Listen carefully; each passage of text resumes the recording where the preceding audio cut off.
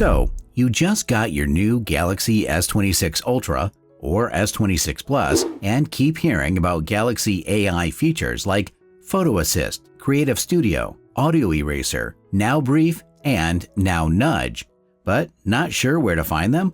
Let's see exactly where to access these and how to start using them. First, open Settings and scroll down to Galaxy AI. This is where you'll find most of the AI features on your phone, including the newer ones. Let's start with Creative Studio. Turn it on from here. Once it's enabled, you can access Creative Studio either from the app drawer or swipe the Edge panel where you can find it.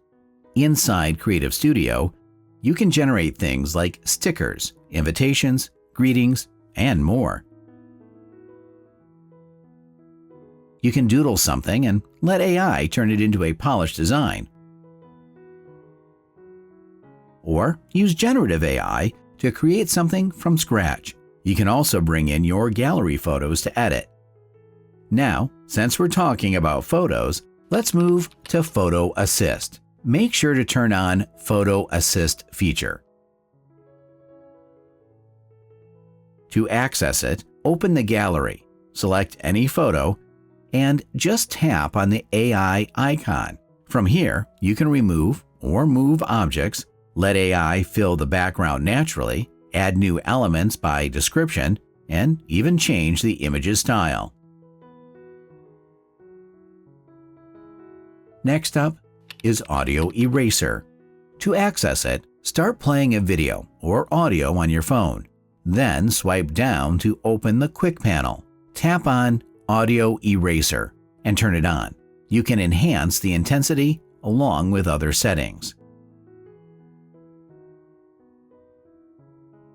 Now, let's talk about Now Nudges.